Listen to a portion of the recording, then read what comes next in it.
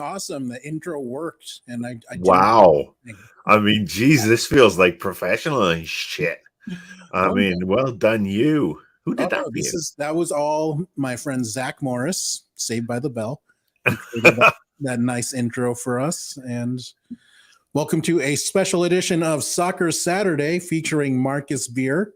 All right, you need to send me your friend Zach's info, and I think I need some intro sequences for when I start back. I And think some so too. graphics and all this stuff. I mean, this is also fancy, whereas me, I'm like, durr. Look at me with my Starbucks and my water. I'm double fisting Yes. today. I have my Liverpool red water flask. Well, I have my Liverpool red jersey on. The new season, the new strip. Looks tight. I like your new kit. Nice. Yeah, boy. All right. We're Let's here do today. this. What are we talking about? We're going to make some Premier League predictions for the 2022-2023 season. It's going to be another tight season. We've had like one normal season in the last 4 years. This schedule is crazy because we have the weird Winter World Cup Oh yeah, impacting everything. So, but we do have 5 subs allowed this season. yes, that's going to make a lot of difference, especially to our particular teams. I think. Yeah, I mean, it's tough on the smaller teams because you say, you then look at the bench of whoever you're playing. For example, you're playing Liverpool, and from the bench they bring on Fabio Carvalho, Diogo Jota, Bobby Firmino, yeah. and then plus 2 others. So yes, and then I look. You look at the Man City bench, and they bring on shit. I don't know, the Argentinian national team or something at halftime. I don't know because you guys, you guys have a very strong squad. As do you. Thank you. Speaking of our squads, we both have a lot of changes this year. For Liverpool, you lost Sadio Mane, who's been one of your top players for years. Minamino has been at times a really important squad player.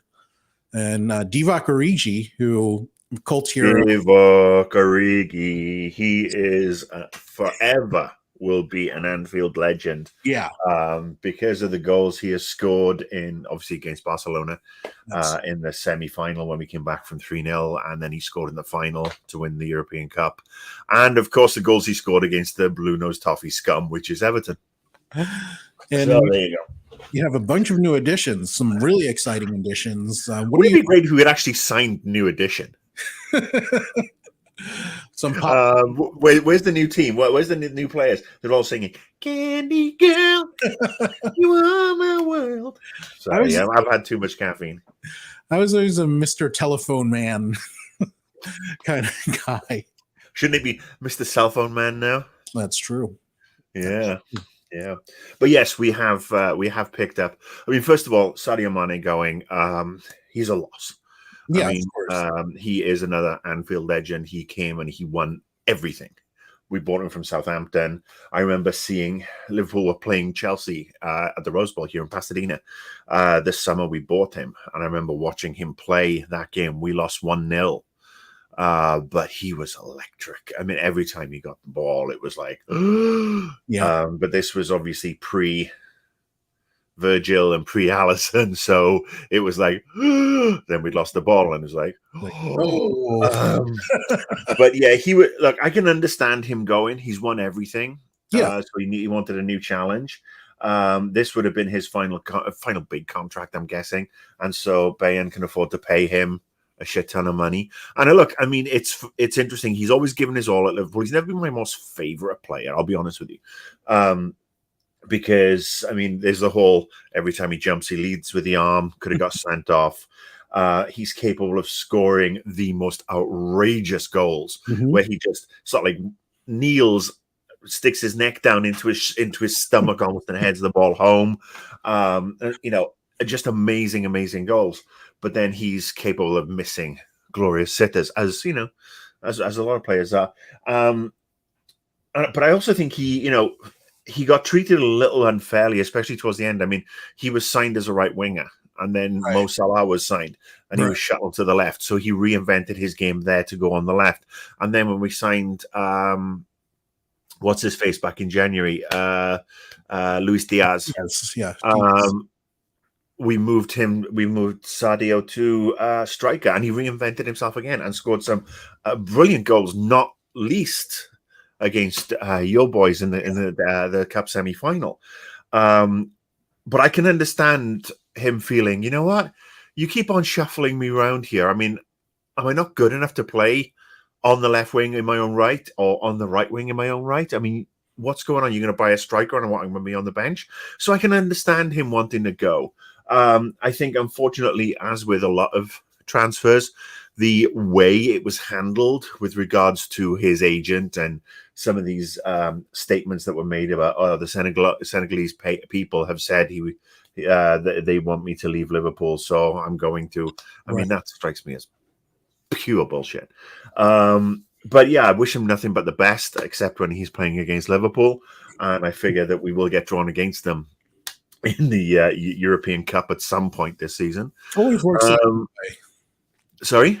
Always works out that way, doesn't it? It does always work that way, yeah. And then, you know, we like I said, we lost Divock to AC Milan, and he will always be a legend. And then poor old Takumi Minamino. He's gone from the attackers anyway, and he had a good season last season, but I mean he's always struggled because he's a very slight individual. From what I've seen on TV, and he has obvious skill and pace and an eye for goal, and he was our top scorer in the League Cup and the FA Cup last season, but he couldn't get into even the squads for the finals, right? Which is really sad. And so I wish him nothing but the best at Monaco. I think we doubled our money.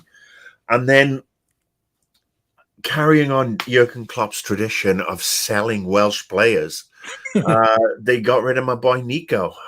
They shuttled him off to Notts Forest, and I can understand Nico wanting to go because they just brought in this 18-year-old Scottish lad as at right back. To act as understudy for Trent, and then Nico, who's a proven Welsh international, just qualified for the World Cup, wants to play and needs to play in the build-up to the World Cup in December. And I actually find it, it does leave a bit of a taste in my mouth because Nico is actually very multifaceted. He has played on the left and the right for Wales, and he can play up on the right wing.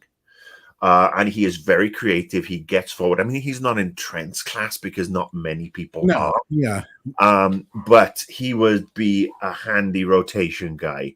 But I wish him nothing but the best at Nottingham Forest, and I really hope he does well. I think he will be a huge advantage to them.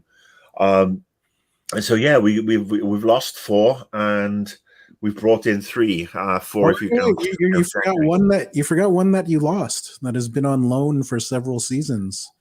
Who? Mr. Lloris Karius. He's finally out of contract. Well, I think right. Well, I mean, I'm not going to be unkind to him. He had the roughest time of it, especially in the Champions League final. But I mean, I forgot he was there, to be honest with you. But yes, his contract expired and he has moved on. And I wish him the best. He's had a rough time of it.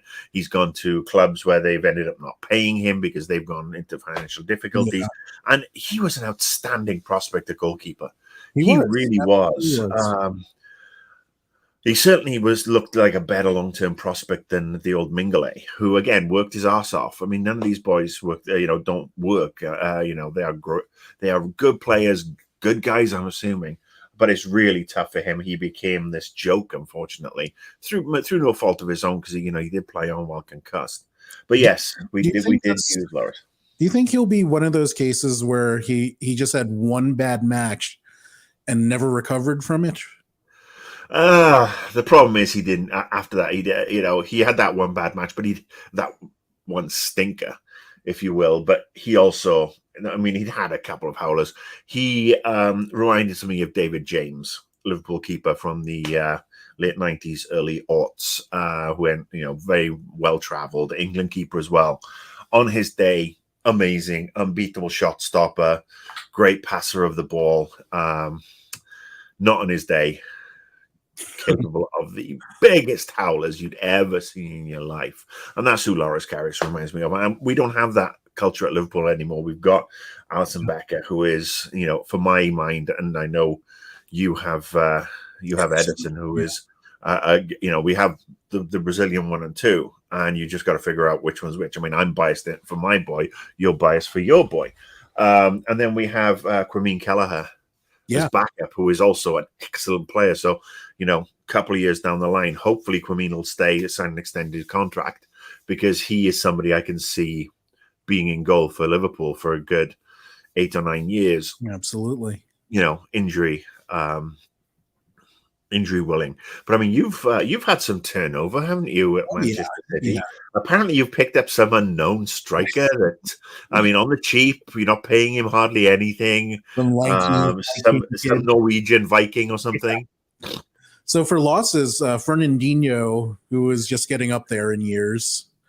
I think we can all say, I mean, with the exception of you, we can say, thank God that cheating bastard's fucked off again. Because let's face it, Fernandinho, I mean, and the foul, I mean, literally, his name became not Fernandinho too, and the fouls committed by Fernandinho. I mean, he became the master of the cynical foul, especially in Pep's formative years. And again, I'm biased because a lot of those fouls came against us. But the team would be breaking, and my team would be breaking, getting possession, and all of a sudden he'd be there with just this boom. What? Oh, I just I tripped over my own feet. The cynical little foul, and he'd get away with it too for the longest time.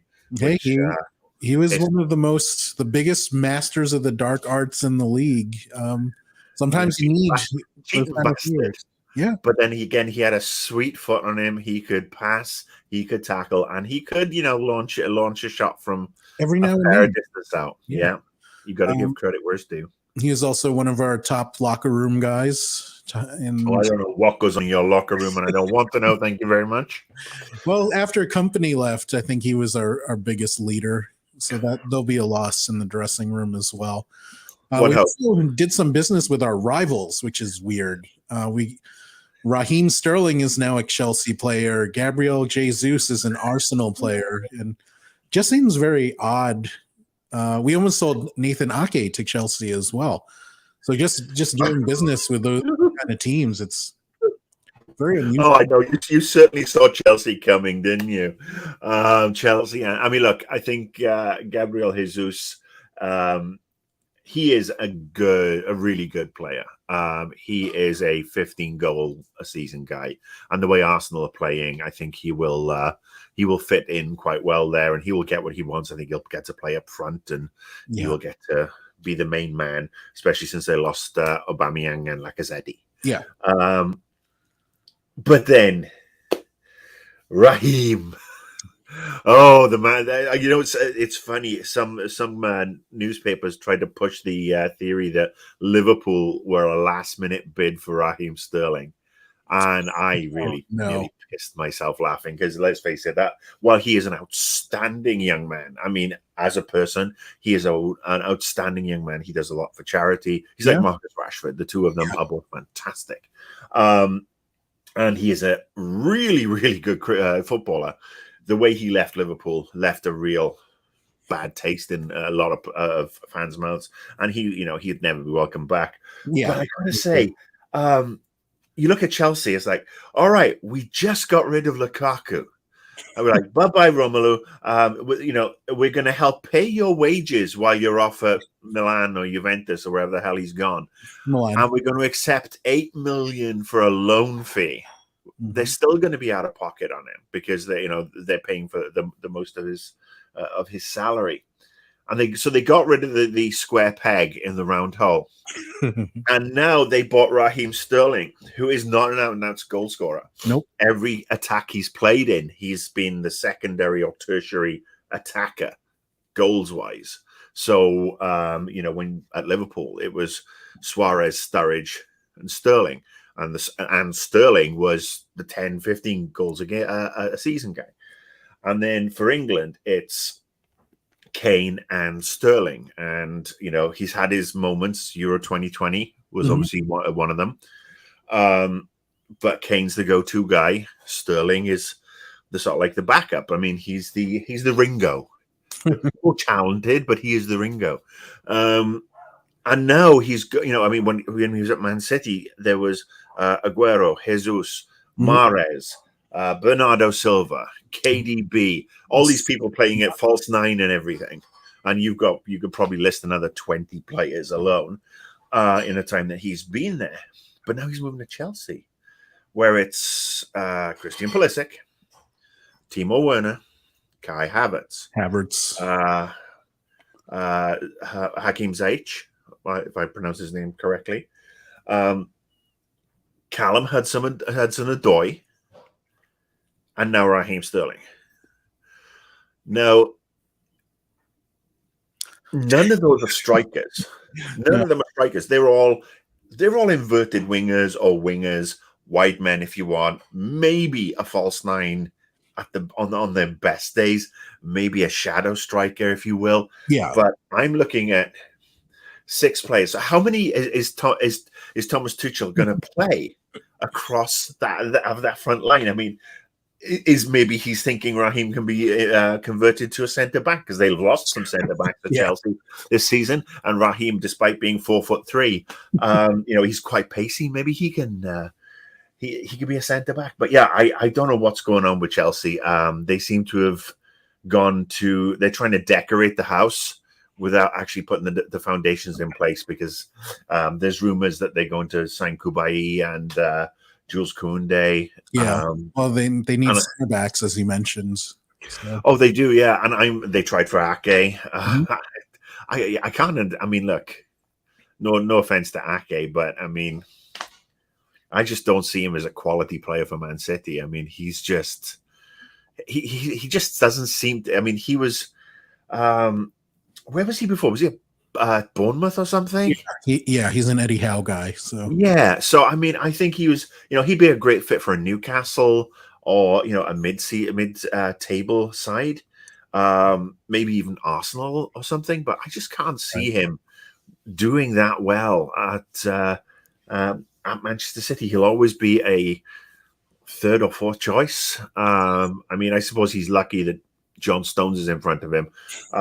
John Stones, fragile as a porcelain vase, and again, one who loves to make his occasional faux pas. But you guys, it doesn't matter. He's still going to score 20 goals at the other end.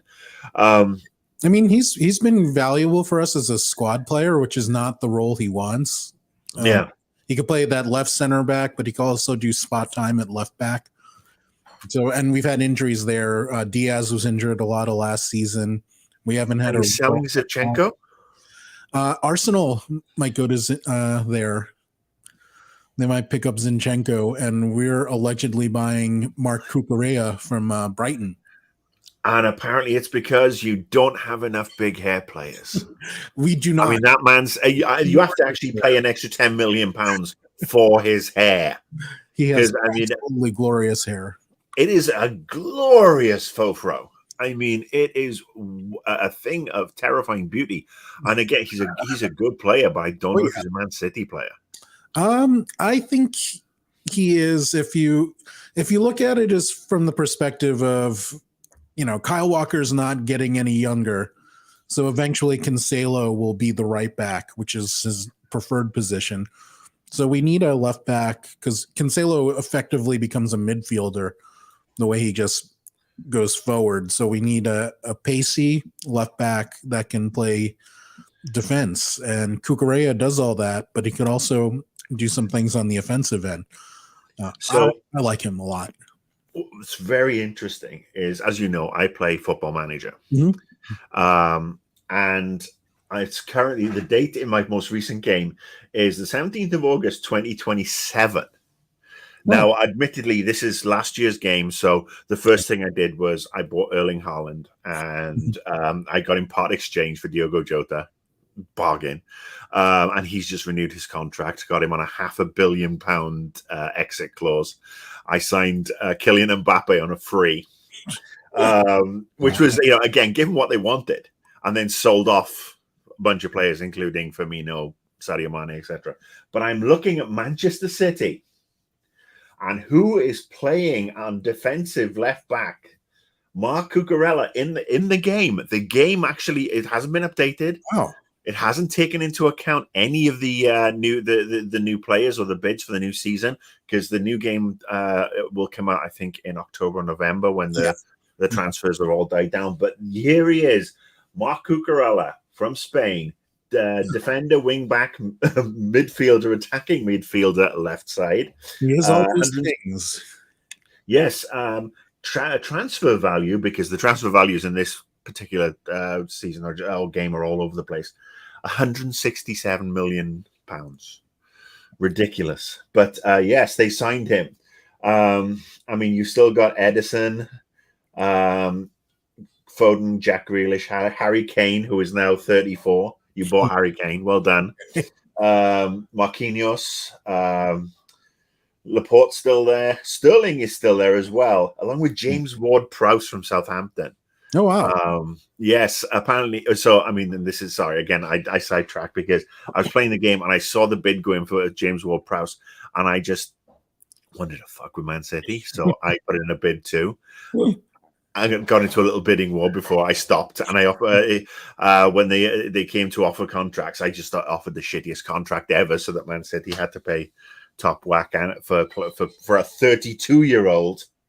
So it's interesting that you brought gaming into this, and well, we're talking about Cucurella because the reason why I've been following him is because of FIFA. He's been one of my favorite players since like FIFA 17. About there, he was a Barcelona B player who was really cheap and ridiculously fast. So I always signed him and developed him. Then he would just rain terror down on the left channel there. He's a great player. He's a great player for Brighton. I remember watching him where Brighton twatted Man United last season. That game was absolute heaven, by the way. But yeah, I just watched him go there. It's the first time I really had a good look at him, and he's a great signing. Yeah, if you get him, I think the bid is 40 million. I think it. Were we talking pounds or euros though?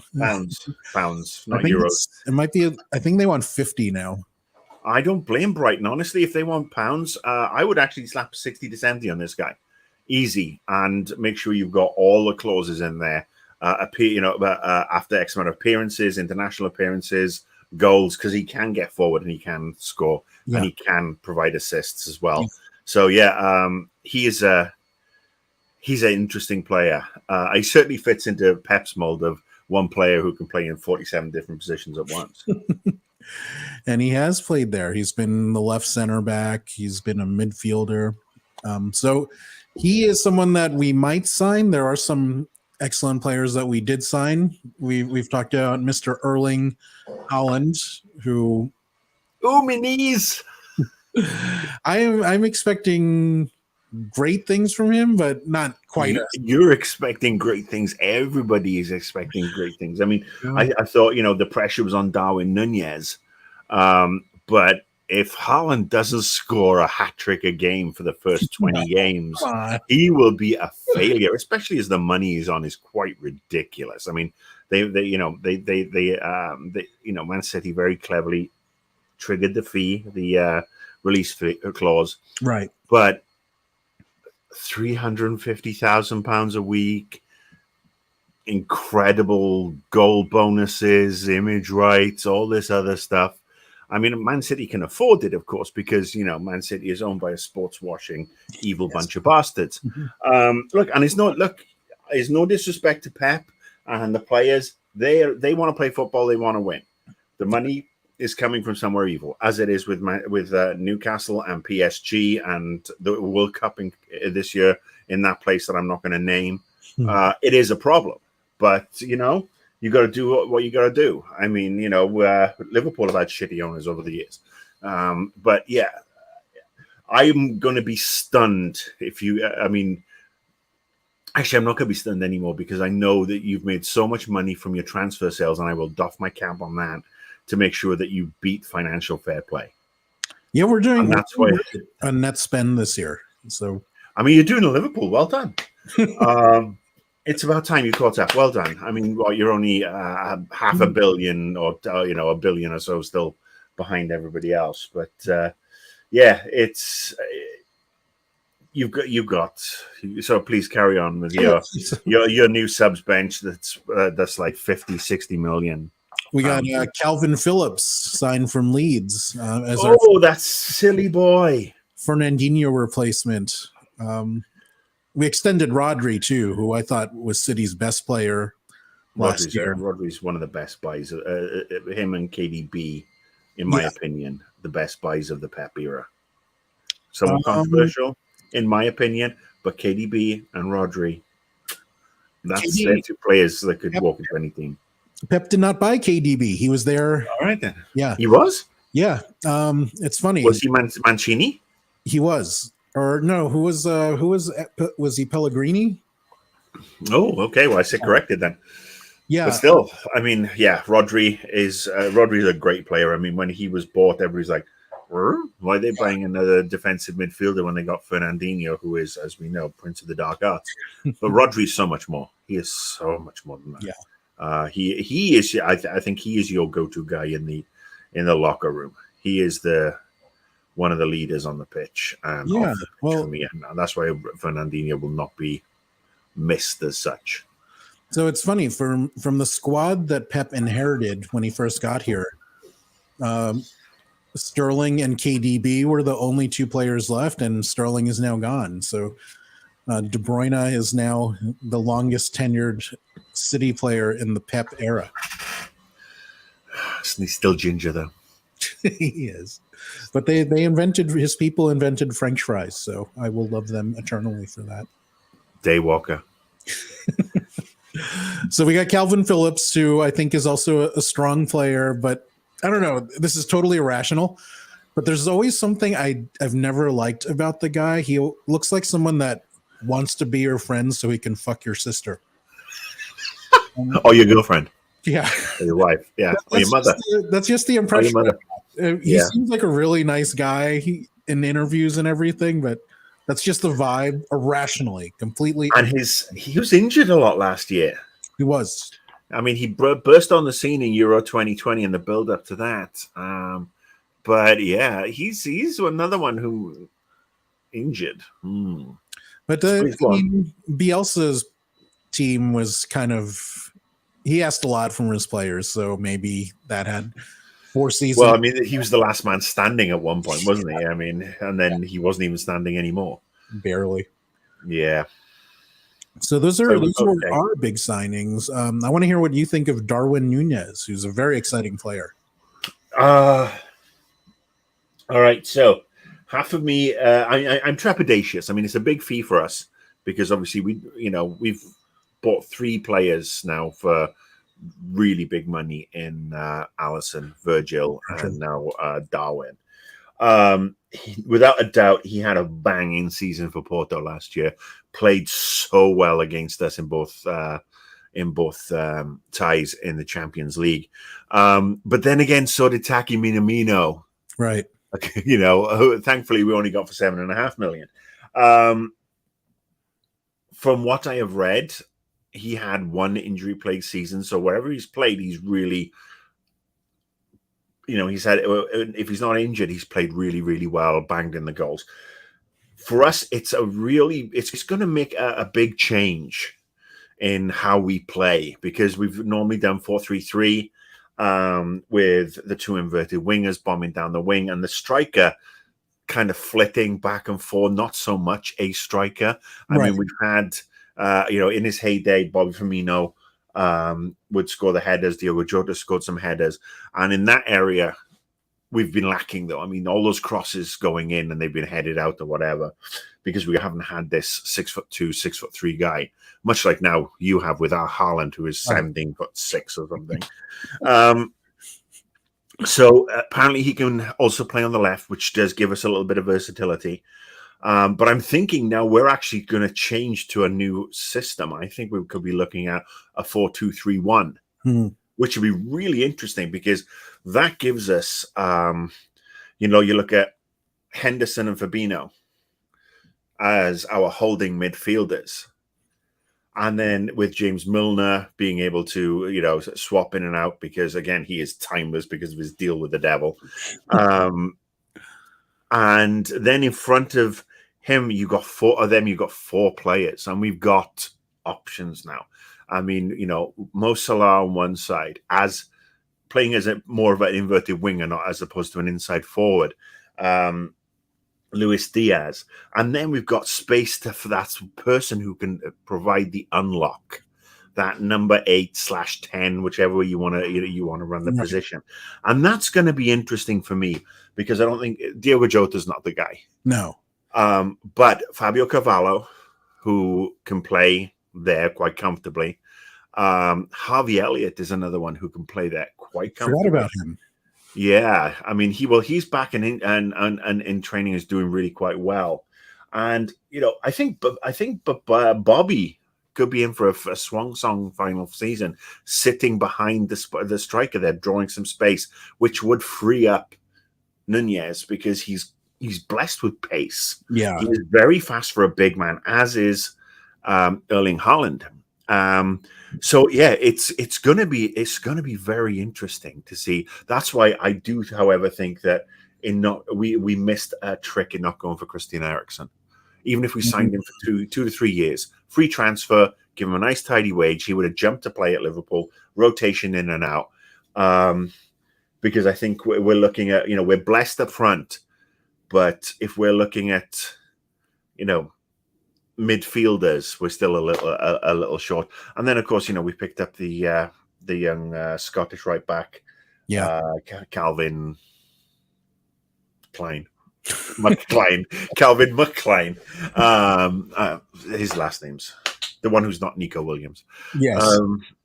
So yeah, I'm excited, and I hope he hits the ground running. I mean, we have Fulham away first day, and we got to come out of the traps, all guns blazing. But I think to be honest with you, the biggest signing for us is Mo.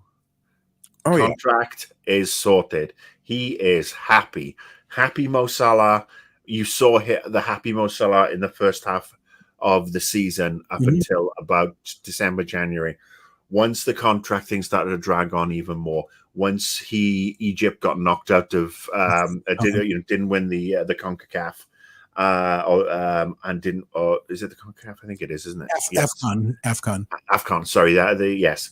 I certainly didn't mean to disrespect that competition. CONCACAF is the American one. Apologies. Yes. And then didn't qualify for the World Cup. You could see his form kept dipping, and he wasn't himself. I mean, he scored on the last day to help put the cat amongst the pigeons for a few minutes. But yeah, I think Mo, top of his game, because he's still 29. He'll be 30 this year, I think. Yeah. So, and he's incredibly fit. Ronaldo and Lewandowski and even Messi show that if you've got the talent and the determination, you can keep going, keep fit for several years. So I think peak Mo Salah he's our key as usual. And if he can help, he was top of the assists last season, golden boot and most assists. Yeah. I mean, not bad for a selfish player, apparently. So if he turns that on and starts whipping in some great in swingers onto Darwin's noggin, along with Robbo on one side and Trent on the other, I think we can hit the ground running. So I'm trepidatious but excited, and I'm glad that Mo is back for another couple of seasons, as is Jurgen Klopp. I mean, him signing that contract extension just made me so happy. So we've had our freeform-ish discussion. Let's get into some hard predictions now. Hard. Yeah, let's go. I enjoyed the new Beavis and Butthead movie. I thought was hilarious. By the way, I watched that too. Yeah, we need to do a show where we talk about TV shows as well, because obviously Streaming Wars Part 2, South Park. That was quite funny too. I did not catch that yet. I heard it's excellent as well. Ooh. Yeah. All right. So I have the list in front of me like the professional what I am. Top 4. Who are your picks from top 4? And I mean, the top 2 seems pretty easy to predict. Yeah, Liverpool and Liverpool under 23s. So who are your top 4? Look, in no particular order. Right. I am looking at Spurs, because I really can't stand Spurs. I don't mind Arsenal. Arsenal, I don't have a problem with, but Spurs, they've got a great manager in Conte, and Yeah. they've made some super smart signings. All I can hope is that Harry Kane's injured in the World Cup, because I can't stand either Kane or Spurs in general. And come at me, Spurs fans. Sorry, I just can't help it. I think, yes, Spurs, Man City, Liverpool. I mean, and again, this is no particular order because we'd have to talk about the ins and outs of the order. And I think that fourth space is up for grabs. Yeah. Arsenal hit the ground running. They could be interesting. Chelsea, providing they get some centre backs in, they have to be, they are exceptionally in the conversation. Beyond that, I don't think Manchester United have a chance. Eric Ten Hag is a great manager, and they've obviously made one good signing, and jury's out on the other one that they've just signed. But I just think there's too much wrong in getting rid of the likes of Pogba. They've done very well, and they still have Martial and Marcus Rashford, Marcus Rashford is just, he's one of the few players ever I would love to see in Liverpool red, not Manchester United knockoff red. So they have a good squad. I think that club has bigger issues than just the squad and just the management. That club there is a rot around there, and it's not just the roofing at Old Trafford and the cracks in the concrete and the disgusting toilets. They need a culture reset there. They need an ownership reset there. But I will take continuing to go there and winning 5-0, as I'm sure you will, with regards to beating them. And obviously I'm being blasé because the Manchester United Liverpool games have always been bangers, as have the Manchester derbies. So yeah, I would say that Liverpool and Manchester City are the top two in. And you can really swap that. I mean, it just depends. Erling Haaland starts off on a flyer, and I mean, what would be ideal is it's neck and neck all the way through, because that's what we talk about. The problem with Liverpool was we didn't beat any of the top four last season. We drew with all of the top four, and if we'd have just won one of those games, we'd have won the title, allegedly. That's not to say the Man City wouldn't have just upped their game and found an extra point somewhere down the back of the couch. Yeah. So you got those two Spurs. And I'm going to hold your foot to the fire here for fourth. I'm going to make you pick one. I'm looking at Spurs, Chelsea, Liverpool, Man City. Wow, that's exactly my four too. Two northern clubs, two London clubs. I mean, for Spurs, Conte is a proven winner. He's made some good signings this transfer window. They seem the most ready to compete now, but not quite win it all out of the teams below the top two. Chelsea, I think, just has too much talent, and Tuchel's a great coach as well. I think Chelsea's beginning to remind me of PSG and the Tuchel. They have too much talent, and that talent is going to be hard to keep happy, or they're all going to want to be playing in the World Cup year. Right? How does he manage that? And I mean, there's still a good 6 weeks left in the transfer window, something like that. I mean, there's August 31st is. And look, that's the next show we should do. We should do a deadline day one, because I mean, I don't know if you've ever watched Deadline Day in the UK. I think Peacock will be carrying it live as it goes on. But that is it makes NFL Draft Day look like Sunday picnic. It's like literally you've got journalists outside every single club, huddled there in the British summertime, so it's freezing cold, and they're all just scrabbling for bits. And the storylines that come out is, we've just had a tip that someone's cousin who cleans the toilets at Manchester Airport has just seen Lionel Messi and his cousin land, and they've just got into the back of a Ford Fiesta, and are they heading to Old Trafford? Are they heading to the city of Manchester? Or are they going to Salford? Who knows? And it's just hysterical. We'll find out shortly. But yeah, I don't think United, for the reasons you mentioned, I just think they need a culture reset, and one season is not going to do it. So I think they miss it. One manager is not going to do it. I mean, and look, they brought Ralph Ragnick in, and when you've got players like Ronaldo again, who is still an excellent player, yeah, but he is locker room poison. Thank you. Sorry, no worries. My darling wife just brought in the magic sponge of water. Hi, Shauna. She's been and gone. I think Ralph Ragnick came in. And he was supposed to be a consultant, when he left from manager. And this is the guy who inspired Jurgen Klopp, for God's sake, and inspired Tuchel and Hassan Hoodle. Well, what do you think when Ragnick came in? Do you think he got there and it was much worse than he was like, what the fuck is going on here? I think he did. I think he just came in and said, thank fuck, I've only got 6 months of this and they have to pay me. Yeah. And then this consultant thing, if it doesn't work out, they're probably still going to have to pay me something. So I apologize for the noise. No. Have to keep hydrated. Yeah, but yeah, I think that guy dodged a bullet because he was so honest. Mm-hmm. But unless you get rid of Ronaldo and his £500,000 a week wages, he's not a pressing forward. He's not going to run. He stopped making the runs about 6 years ago, which is why ever since he left Real Madrid, he's been an albatross around clubs' necks. Yeah. So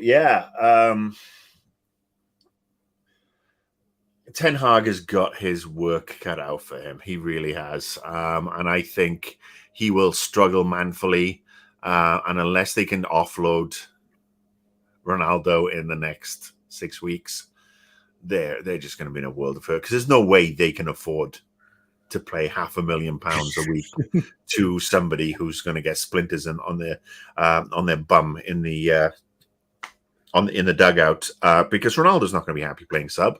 Nope. But I mean, he was part of the side. Him and Pogba were two of the ones who destabilized the dressing room. Mm-hmm. And then you got on the other end, you got Harry Maguire, the world's slowest centre back. I mean, wow. Oh, I mean, I'm sure Haaland and Nunez and Mo and even my grandmother, who's been dead for 40 years, would back herself against Harry Maguire. Yeah, because he had a bad season. And then he went and had an even worse season for England. And he's just been reconfirmed as club captain. So that makes him kind of undroppable. So, I think lots of mirth in store at Old Trafford for people like us this year. I think there's still going to be a dumpster fire. Arsenal is the one that I'm not quite sure about. I like their project. Obviously I like Arteta a lot. And I think they're moving in the right direction. But I don't think they're quite there yet. I think not hitting Champions League was a blessing in disguise. Yes, it costs you money. Right. But it's tempered the expectations somewhat. Yeah. Because they didn't play well last couple of games of the season. I know Liverpool beat them. I think them having expectations, probably of a cup run, maybe taking a crack at that top four. And then just seeing as far as they get in the Euro Cup is going to be fine for them. I think the players bed in, they could surprise people. Yeah, as a lot of players can do that. I mean, Arteta is an interesting character, and I don't know if he reminds me of Brendan Rodgers. He's like the Spanish Brendan Rodgers, as far as I'm concerned, where, you don't know what's going to come out of his mouth. And he's got this commitment to playing attacking football and everything should work. And at some point it will work to a certain degree. And then you'll get, it's like you're 7 points from winning the title and you've got 4 games to go. And all of a sudden you lose the last 4 games. Yeah. And I think that's peak Arsenal. Are there they have an interesting project though. Are there any teams that are on the fringe of that 4th spot that you're rooting for? I I don't know. I mean, I'm looking at it. I think Newcastle, Eddie Howe has really turned them around. They've made some good signings. They're still in the market for some Yeah. good signings, spending all that sports wash blood money as they're gonna do. So I think a full preseason with Eddie Howe, because Yeah. he's a great manager. He did work wonders at Bournemouth. Amazing. That's going to be interesting. See how they go. They might be a bit of a surprise. You can't really write off Leicester No. because they haven't really lost many players. I don't think they've made many signings. That's the concern. Right. And their over reliance on an aging Jamie Vardy, an increasingly injury prone Jamie Vardy is a tough one. Is this the season he finally gets old? I've been saying that for like 4 years. I'm like, Vardy's washed up this season. He is the footballing equivalent of Paul Rudd, isn't he? Yeah. He just I mean, it's because he started his career later, I suppose, and burst onto the scene. But yeah, I mean, I'm just trying to think. I mean, I'm rooting for. I suppose you could say Manchester United. If things click under Eric Ten Hag and they do build a little run up, they could challenge for the top four because they do have undoubted quality in their squad. Christensen, Marcus Rashford, as I said before, Fred. Actually, Fred's not that bad a player. He just gets hard done by. Yeah, I'm rooting for West Ham to get that fourth spot. I don't think they West Ham. I think they have to this season, otherwise they could say goodbye to Declan Rice. Yeah. Oh yeah, for sure. I always thought his time there was limited. I think next year he's going to be in the Harry Kane situation where it's like, do I stay or do I go? And David Moyes has done wonders there. As a manager, he's got them playing really, really well. They played us off the park when we lost their 3-2 in one of the games. I think that really contributed to us not sneaking the title. So yeah, I think this is their last season with him, and they're like, "Oh, it's going to cost 150 million to price." No, nobody's going to. No, he's going to make a move, and he is actually somebody I like to see at Liverpool as well. Him and Bellingham as my two centre midfielders. Bizarrely enough, which is what I have in Football Manager, and they work so well together. I mean, literally in tandem. It's like one gets forward, one sweeps. Yeah, and they just work so well, and they have that understanding for England as well, which I'm a big fan of. Is having these little pods, if you will, of club players who can play together and understand. Yeah. So if you can get that, it's very rare to be able to get it, but if you can get it, that's it works for club and country. So yeah, I think they will. They will do well. Unfortunately, they're in the lowest European. Aren't they in the conference or something? European conference season? Whatever that stupid cup they added last year. Yeah, because that's what we all needed was another money grab international. The Carabao Cup of Europe. I still call it the Carling Cup every now and then. I always forget every now and then. I used to, dude, when I was growing up, it was the Milk Cup. Really? Okay. Yeah, it was sponsored by the Milk Advisory Board. Oh wow, I did not know that. It's been the Carling Cup, the Milk Cup. What else has it been? Oh, there's a whole bunch of funny sponsors. I think it was a Rumbelows Cup at some point, which was a electronics retail manufacturer. I'd love to see like the Nestle, the Cadbury Flake Cup. That would be. Well, look, I mean, when it comes to caps and bowls, I mean, America has the Doritos toilet bowl or whatever the hell that you have, and the two girls one cup bowl. I don't know. those are college sports, so that doesn't really count. Yeah, well, the amount of money in college sports, I think it kind of counts. Yeah. Let's go with the negative and talk about the three teams who you think will be relegated this season. Well, I think, I mean, you look at the three teams that are coming up that are Fulham, Bournemouth, and Nottingham Forest. I think Bournemouth are going to go down. I don't think as without having an Eddie Howe there. Yeah. I don't think they. They put on a good run last season, but I think they're destined to be a yo-yo club for a while. Right. So I think they are probably one of the favourites. A lot of people are saying Notts Forest. I would go against that because of the genius that is Steve Cooper. The guy who's the manager, the guy is brilliant as a manager. He managed Swansea for a while.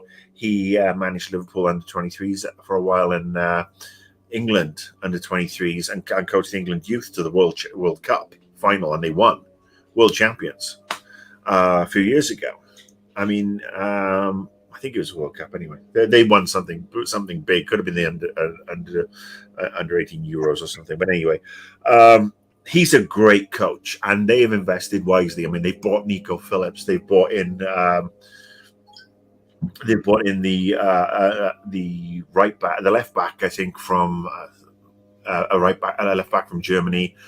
They've strengthened the places they need to strengthen, but they haven't spaffed money everywhere, because that's the worst thing. Oh, we're going up. We've got this X amount of money. Let's buy 26 new players. Yeah. Totally throw out the team spirit. And they've brought in maybe 4 or 5 players in areas they need them. One up front, on the full backs. I think the centre backs are the same.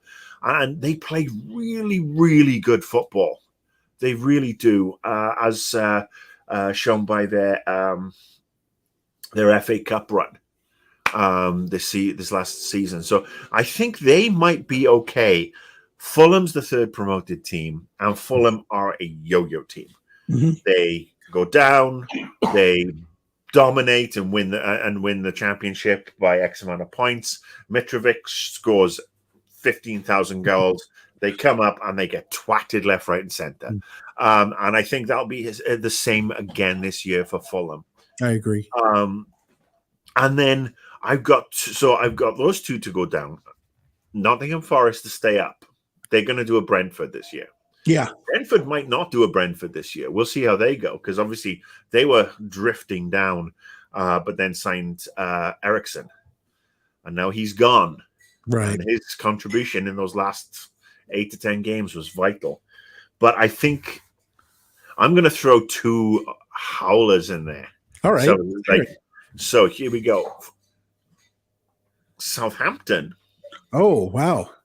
They've been in decline for the last 5 or 6 seasons. You look at their points record, it's gone down and down and down and down. They've had the traditional 7 or 8-0 beating from somebody every season. They're capable of doing, of putting a run together, but I think they beat relegation by 5 points last season. They are not signing new players. I don't think they're going to do well. I don't think Hasenhüttl is really the guy for them. I think they could be gone, which would suck, because they've always been somewhat of a bogey team for Liverpool, going down to St. Mary's, or the Dell as it was back in the day, where even when Matt Letizia was playing, and we could be on the best form in the world and crash there 2 or 3-0. And then the other one that I think could be going bye-bye is Liverpool's noisy neighbours, Everton. Really. And I'll tell you why. They've just lost Richarlison. Yeah. Who is as responsible as anybody for getting them over the line for safety last season. Yeah. He's gone off to Spurs. I can't stand Frank fucking Lampard. I think he is the prime example of nepotism in football. He is a manager who hasn't deserved any of the gigs he's been given, and he's never achieved anything. I think last season they escaped relegation more by luck than anything else, that the teams below them were just so shit. And they escaped by the skin of their teeth.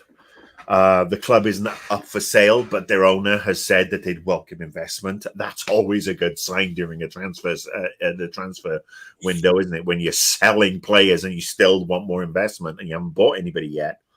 So I could actually see Everton having a really tough time of it without Richarlison. apparently Duncan Ferguson's left the backroom staff. And so, yeah, Fat Frank might be taking them down. Interesting. So I would actually say I'm going to go out and so you can hold my feet to the flames in 10 months' time. I'm going to say Bournemouth. I'm going to say Fulham. I'm going to say Everton. I agree with two of those picks. Bournemouth for sure for me. It's funny you're talking about yo-yo teams. I always have Bournemouth and Norwich in that category. I'm like, which season is this? Is it Norwich is up or is it Bournemouth? Yeah, I always forget. Watford. Yeah, Watford. Yeah, no, it's Norwich and Watford come up and go back down, and then you got Bournemouth and Fulham come up. Actually, Bournemouth were in for a fair while. It was West Brom and Fulham. West That Brom. was the season we got. That was the seasonal cycle we got. But for Fulham, I agree, which is disappointing for me. In my head, as someone that only became a football fan as an adult, Craven Cottage is a stadium I really want to visit. It just for the Michael Jackson statue. It just seems like in my head when I think of a football stadium that blends classic and modern aspects, Craven Cottage pops up in my head. I don't know. Have you been there? I have no idea what it's like live, but it looks fantastic on television. It looks very intimate. I've never been to Craven Cottage. I've only been to a few football grounds in my life because it's always been tough. It's just tough to get tickets. Yeah. You know, if you're not an exceptionally rich person, you're kind of hosed. So, all right, I want to know your third. Come on, give me your third. I do have one more comment on Fulham. Is that I just think the owners are bad. The Khan family just seems so disinterested in Fulham. The father loves the Jacksonville Jaguars. The son loves the AEW wrestling, and Fulham seems like their ignored child. They kind of forgot about. So I feel bad for them. They certainly, there's a ton of money there. But I mean, what is a ton of money in American sports is not so much a ton of money. So I mean, you can't really attract the quality players, right? But I mean, the Khan family in general. Fascinating family. I was doing some research on them, but apparently they got rich by making bumpers for cars, and it just exploded from there. Exploding bumpers. And now Mr. Khan is, I think, like the second or third wealthiest Pakistani in the world or something like that. So really awesome American success story there. I wouldn't want to piss him off though. I mean, nobody wants to feel the wrath of Khan. Yeah. Oh, come on. You knew that was coming. All right. So the Fulham love letters. I mean, look, I miss the days when the owner of Harrods owned Fulham. Off Hired. That was always quality. But yeah, when you have to sell one of your best players, your blessing players in Cavallo to Liverpool for $6 million, you're not generating that sort of funds in, and yeah, I can see them bouncing down. So come on, give me that third one. Make it a banger. Come on, give us a great prediction. This one might seem off for some people, but I think it's Leeds. They lost Calvin Phillips, who is the heart and soul of that team. Jesse Marsh, the only American coach in Premier League. I'm rooting for him, but I don't think nobody else is. Nobody. Yeah, that is true. I really liked what they were doing under Bielsa. Jesse Marsh hasn't impressed me yet because they used to be under Bielsa. They were my favorite team to watch as a neutral. They haven't picked up anybody yet to make up for the loss of Calvin Phillips. Well, they've brought in Tyler Adams, another one of your countrymen from RB Leipzig for 18 million. No, you're absolutely right. I don't know if that. I am looking at the they've brought in. I'm on transfermarket.us and Brendan Aronson attacking midfield from RB Salzburg. Right. Luis Sinisterra from Feyenoord. Tyler Adams from RB Leipzig. Mark Roca from Bayern Munich, defensive midfield. So you've got two defensive midfields which would lean to perhaps a change in how they plan on playing with those two rocks to replace the one they've sold. They've bought they brought Tyler Roberts in on loan, and he's a Welsh striker from QPR from the Championship, and he played very well last season. He's played pretty well in the build-up. He's part of Wales' squad for the World Cup. They have brought in, let's see, a centre-back from Millwall, who's a young player. I think he's one for the future. Darko Giabi, who is central midfield, young player, bought him from Man City under 23s. And then a new right back in Rasmus Christensen from RB Salzburg again. So Jesse March has gone back to Germany a lot. And he's bought a couple of players from from Salzburg and Leipzig and Bayern Munich who will know each other. Not necessarily all the same nationality, obviously, but they will have a familiarity of playing against each other. So that actually helps, I think. I mean, they've brought in 117 million and spent 116 million. So they've everything they've brought in has been paid for. Apparently, they're in the market for a centre forward. But yeah, it just depends on how much. I mean, they pulled 110 in on Calvin and Rafinha. So I don't know. I mean, look, I would like to see Jesse March do well. I would like to see Leeds do well because I like that team, and I thought firing Bielsa was a stupid move. Should have kept him on the end of the season. They would have kept him up. And then had moved him upstairs. The guy was an icon for what he did for them, and I don't want them to go down. I really don't. But I don't either. But I'm just not convinced about losing arguably their two best players in Phillips and Rafinha, and replacing them with unknown quantities. They barely stayed up last year. What did they finish? Just 16th or 15th? Yeah. Barely. And Rafinha, but, I mean, Rafinha can blow hot or cold. I mean, I watched him, when he came out, he was in the big games, he went missing. Calvin Phillips was injured. And when he wasn't injured, he looked like a man who was pissing into a hurricane because he was just trying his best to, shore everything up. He was also played out of position a bit under Jesse Marsh. Sometimes he is used as a box-to-box midfielder instead of a offensive midfielder, which I think is his best role by far. Patrick Bamford was injured most of last season. Let's see how he bounces back. Yeah, I think they could be okay. I think they have a Greenwood of their own, not the Greenwood who should be unnamed. They have who subbed in for Rashford and did quite well. Sam Greenwood, that's who he is. Okay, not Mason. Not. I don't think we're allowed to say him anymore. No, we're allowed to say his name. I mean, he's still in. Yeah, I mean, it's what he's accused of is abhorrent, and if he did it, he deserves to go to jail. But if he didn't do it, he deserves to be exonerated.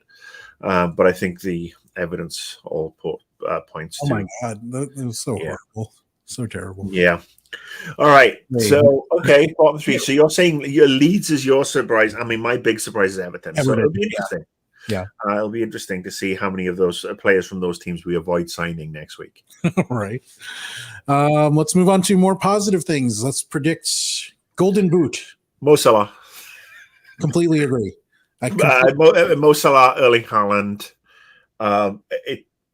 Harry Kane. I mean, I don't think you can look beyond those three in some sort of order. I mean, I am biased to Mo Salah. I would love to see Darwin Nunez take off, but it'll be interesting to see if Erling Haaland gets the service. And, we've talked about Liverpool needing that readjustment to play with a big striker up front. You guys are going to need a little bit of readjustment for a very big striker, because we're not talking about Sergio Aguero, who really fit into the Man City machine. And then for the last 18 months, 2 years, you've been playing without the number 9. Right. So, I mean, that's a big change as well. So But I think you're looking at any one of those three, and I know I'm just going to go ahead and say Mo because I agree. I'm biased. I don't even think Holland is in the mix just yet, just because it's his first year in the league. So I think it's between Mo and Kane, and I think it'll be Mo. Yeah, I really hope Kane doesn't get anything. Not after his tackle on that tackle in the 2-2 where he should have been. Nasty. Andy Robertson gets sent off, and Harry Kane doesn't, and Kane should have walked long before that. So, yeah, I am sick of seeing that. Fantastic player as he is, I wish he'd fuck off to Barcelona or somewhere because he looked, he's shovel face. I mean, he looks like he's walked into a shovel. He's one of those English speakers that I wish had subtitles at all times because I'm like, do you have marbles in your mouth? What's going on here, man? Yeah, I think unfortunately, he does have a speech impediment, but it also doesn't excuse the fact. I think he does, but it also doesn't excuse the fact that he's a prick and he gets special treatment because he's the England captain. He's the captain, yeah. Yeah. I mean, so here's hoping to, look, he's a player Spurs deserve. Promises lot. He delivers, X amount of goals. But let's face it, I'd rather have Youngmin's Son up front, which is why I bought Son 2 years running in the fantasy league. Yeah. Now, playmaker of the year, that assist trophy they created like 3 or 4 seasons ago. I'm going with De Bruyne. I mean, it all depends on his health, but I don't think. If he's healthy for the majority of the season, I think it's De Bruyne in a wash. But again, De Bruyne wasn't the top assist maker. No, he was a goal scorer last season. Yeah. Yeah. I mean, he could, if De Bruyne to Haaland click, because that's how you'd see it going. Yeah. That's a terrifying prospect for anybody who's in the Man City supporter. Yeah. I mean, with regards to playmaker, I mean, all right, I'm going to go with Club Allegiance and really throw one out there that I don't think is going to happen, but I'm going to say Thiago Alcantara for Liverpool, who is a player of yours to watch, just your joy to watch. He's just, I mean, the guy's outrageous. And if we switch to, I mean, he's another one who can actually play in that sort of like 8/10 role. Mm-hmm. And if we rejig with Fab and Hendo behind him, providing that blanket, and he can really unpick. So he could be our KDB. And I know he's a little bit older. He's 30 now. I think he is 31. But I think in a lot of ways, he reminds me of David Silva, who is my favorite player. Just some of his touches, some of the passes that he makes. I'm just shocked that anyone would even think of trying that. And they're filthy. I mean, you expect him to do a Deadpool and break the fourth wall. I mean, he is outrageous. I mean, I remember the goal he scored where it was Champions. I think it was Champions League that he hit the volley, and the ball just stayed that much off the ground. Didn't touch the ground at all. Didn't go up. Didn't go down. Just went like a rocket. Didn't arc, curve. And it was just the most bizarre goal I've ever seen because the amount of skill. I mean, it was literally like a rocket or a laser.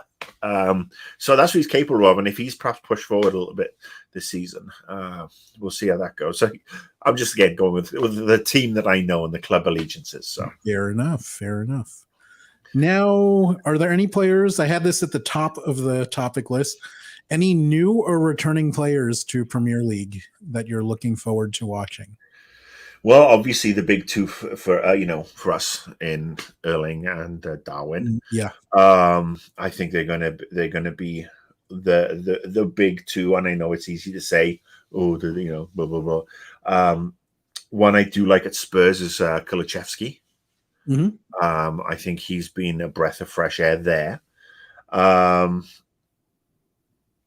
trying to think who else. I'll let you go first on this one. Sure. I still think of, because he didn't come back for a full season, I think of Christian Eriksen as a returning player. Even though I think he had 11 matches for Brentford, something like that. But just his story from where he was health wise, really rooting for him to, well, first to not die in the pitch and to do well. Yeah, I can relate to that one. I mean, I wasn't on a pitch, but yeah, it's yeah, And then he's just a great player. But I mean, I can't. I mean, he's sullied himself now.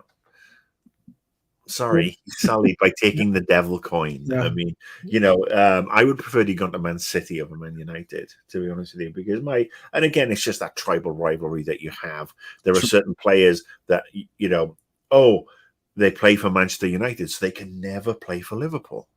That's just the way it is. We would never sign a player for Man United, which sucks when you look at, was it Bruno Fernandes, a player that I thought we should have snapped up. Again, somebody who could play in that 8-10 position and really could have helped unpick defenses, especially when we're going up against the low block. And he is somebody, I mean, I'll buy a player from Man City. I'll buy a player from Chelsea or Spurs or Arsenal and so on. But not the two no-nos. One, Everton, because they've got nobody we want ever. I think the last one was Joe Cole. You wouldn't take Dominic? No, Nick Bombi. It was Nicky Bombi. We signed Nicky Bombi back for like 6.5 million back in 2000, 2001, I think it was, and he actually did well for us for a season and a half before he disappeared.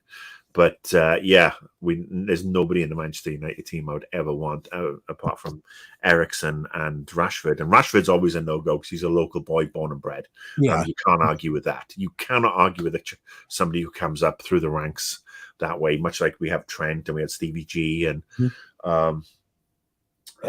you have Mason, not Mason Mount, Phil Foden. Yeah. And we have young McAtee, who is also there. They called Foden Stockport Iniesta, and McAtee is referred to as Salford Silva. Okay, well, that's not exactly. That's not exactly compliments, is it? To the original players. To the original players. But yeah, I think looking at those two, look at the ones I've mentioned. You brought up Tyler Adams before when we were talking about Leeds. This is one of the few Americans in Premier League. I'm hoping he does well. Yeah, I mean, he's a good player. He's been doing well in Germany, does well for the US national team. Unfortunately, he's come to Britain, come to the English Premier League. And, I hope he doesn't get Pulisic syndrome. Yeah. Because Pulisic went to the wrong freaking club. Yeah. Never got it. I mean, yes, he scored. He scored, the goals against your team that helped cement our title during the pandemic season. But Pulisic should have gone somewhere else. And I think, Tyler Adams is in for a hard time of it. I mean, I personally hope that both of them don't do very well because the World Cup is coming up and I would love to see them woefully out of form by the time they take the field against Wales at the first World Cup for us since 1958. When we got to the quarterfinals and lost by 1 goal to Pele. Pele scored the goal for Brazil. So that's going to be a ding donger up in December this year. That will be fun. So I'm hoping that they're in lousy form. And the last player I will bring up as returning is Mitrovic, because he always rains terror. Sent down.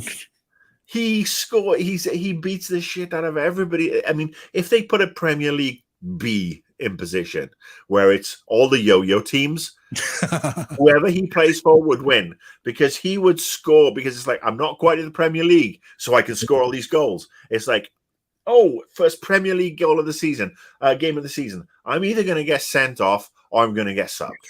That's what Mitrovic does. Absolutely. I mean, he's a flat track bully at a lower division. But when he comes up against the big boys, I mean, he's a law unto himself, that man. I mean, And if he does, if he does play well and he does do well for them, let's hope that it doesn't happen on the first game of the season. Yes, we shall. So I think that about covers it. I think we're good with our Premier League predictions. You're off to Wales, off to Britain. I am indeed. I leave in a couple of weeks, a week on Tuesday. In fact, I'm trepidatious but excited. I will say, if any of my British friends are watching, mask the fuck up, because no mask, no booster, no Marcus. Don't expect to see me if you are not bubbling up when applicable, when you're not tested and you're not boosted and you're not wearing a mask. I just can't afford to be around anybody. I mean, I'm living like a hobbit right now anyway. Neither me and the wife are really going out. So that's why I love to do these things with you. Yeah.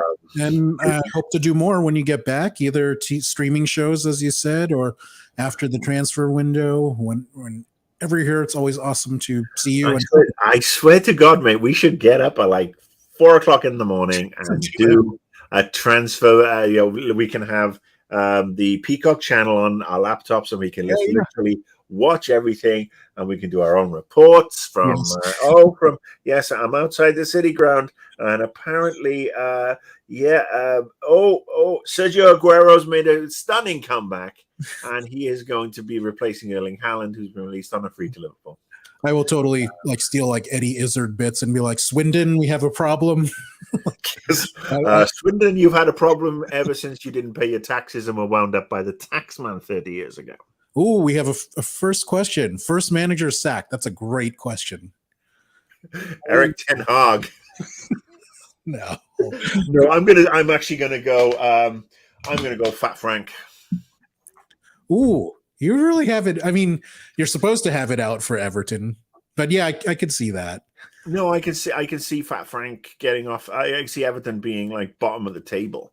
To be honest with you, I know you want them there. Well, hang on. So let's see. Who does Everton have?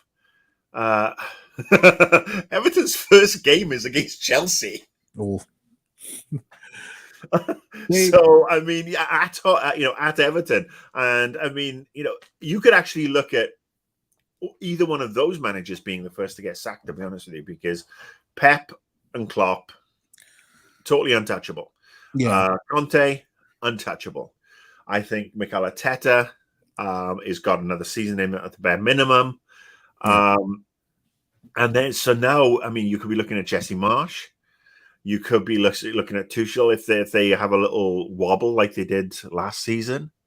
Although new owners, so who knows how they operate yet? So we're still learning about. Well, it's the guy who owns the Dodgers here, and I mean, if Newcastle don't go well, you could say that Eddie might get into trouble. They actually start off against Nottingham Forest. I'm just looking at the first. I'm actually. I mean, Fulham will probably sack their manager at some point, just because they do normally when they're about 86 points away from safety. But I'm going to go. I'm the first high-profile manager. Lampard. Fat Frank.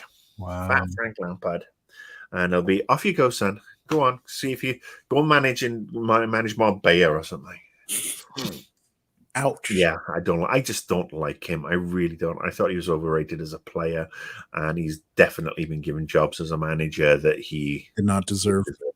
Did not deserve. At least Wayne Rooney's fucked off to manage DC United after managing Derby County. I mean, he's trying at the lower level. Stevie Gerrard went up to Rangers and won the title up there, but admittedly at a lower level. But I mean, they did really, really well, and he built a good squad. Lampard is like, oh, well, I'm a Chelsea legend, so I have to be a Chelsea manager. And then he spaffed all his money. And it was, I want that and that and that. And yeah, they won the European Cup, but it was not a banner season for the European Cup. And it was Tuchel's team who really, won that, because he basically put everything together. So yeah, I think Frankie Boy will either walk or will get quit, or will quit. Okay, this is a loosely related question, but do you have any thoughts on Wayne Rooney managing DC United? You know what? He's got an affinity there. He obviously came over, played for Mhm. DC United. I remember him scoring. Was it that that's not scoring? Sorry, I mean the assist for that goal where Yeah. he only just signed and he tracked back, tackled somebody, and launched a 50-yard length of the pitch pass for DC to score and win. Mhm. Um, I think it's pure Wayne Rooney that he has an affinity for Washington DC. I don't know why anybody would have an affinity for Washington D.C. I've Weird. only been there once, but I can't exactly say that it's. I mean, I would say it's a wretched hive of scum and villainy, And you'd but be that's right. obviously You'd that's be just right. in certain sections. So I think good luck to him. They obviously need him. They lost to the Philadelphia Union. I think it was Yeah. 7-0 last week or the week before. So he's got his work cut out. I think it's his wife has been involved in a very long court case with Mrs. Jamie Vardy, Rebecca Vardy. So Right. Colleen Rooney they've been having this liable case that's been dragging on.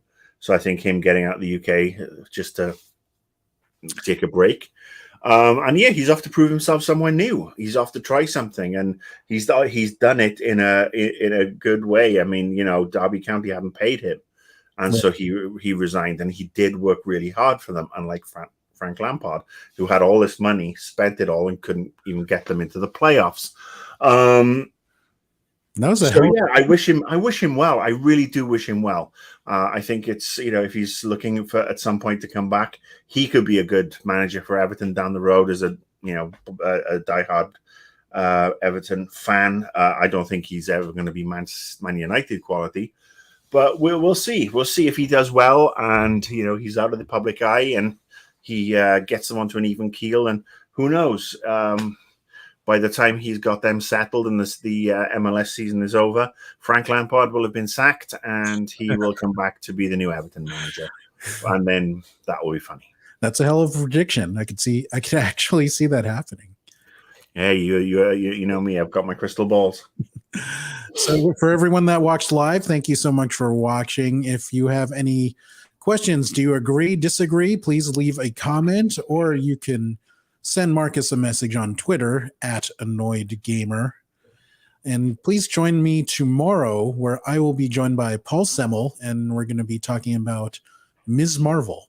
Can I come on too for that one? I'm disappointed you didn't invite me on for the Love and Thunder chat, because I have thoughts for Love and Thunder. I know you do. You are not a fan. Oh. You are not. Look, some things they did really, really well. Christian Bale was outstanding and underused. Jane Foster, Natalie Portman, so underused. Valkyrie underused.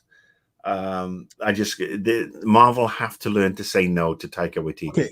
He's a very talented director, but no.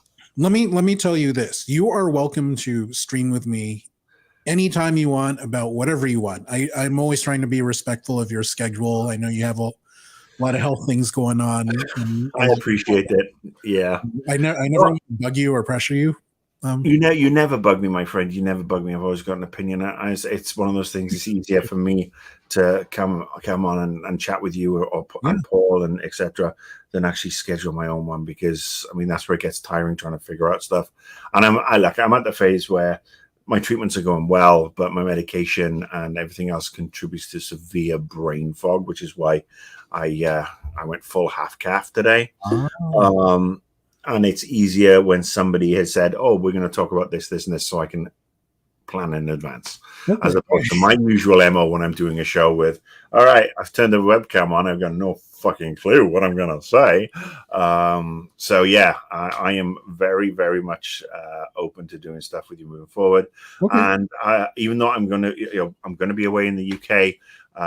Just to let you know that I will be cheering my team on against yours in the Charity Shield, Community Shield, whatever it's called nowadays. I think I just hope it doesn't go to penalties like it did. We've never won it. We haven't won that under Jurgen. That's the last one we need to win. So that's a statement of intent. And don't forget, last time we got to the we lost by a point in the league. Right. The next season, you won it. Yeah. We went, wow. Yeah. And not only that, the last time we got to the Champions League final and lost in the final to Real Madrid, the very next year we went back and won it. So Liverpool, Champions League, and league double this year. Let's forget the FA Cup. We've got it. We've done it.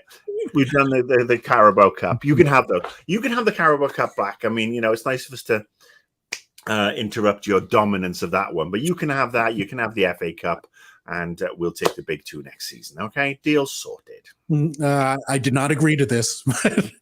Hey, would you? I've got cancer. What are you going to do? You're going to say no to a man who's dying of cancer? Oh, he brought out the C card. Yes. Look, I may be full of beans right now, but I'm going to go back to bed in a minute. I mean, it's 1:30 on a Saturday afternoon. It's 900 degrees outside, so I will be going back to bed at some point. But I love doing this with you, and I thank you for having me on. I so appreciate it, and thank you for everybody who's watched and sent in the questions. And yes, and thank you for joining us. And we will see you next time.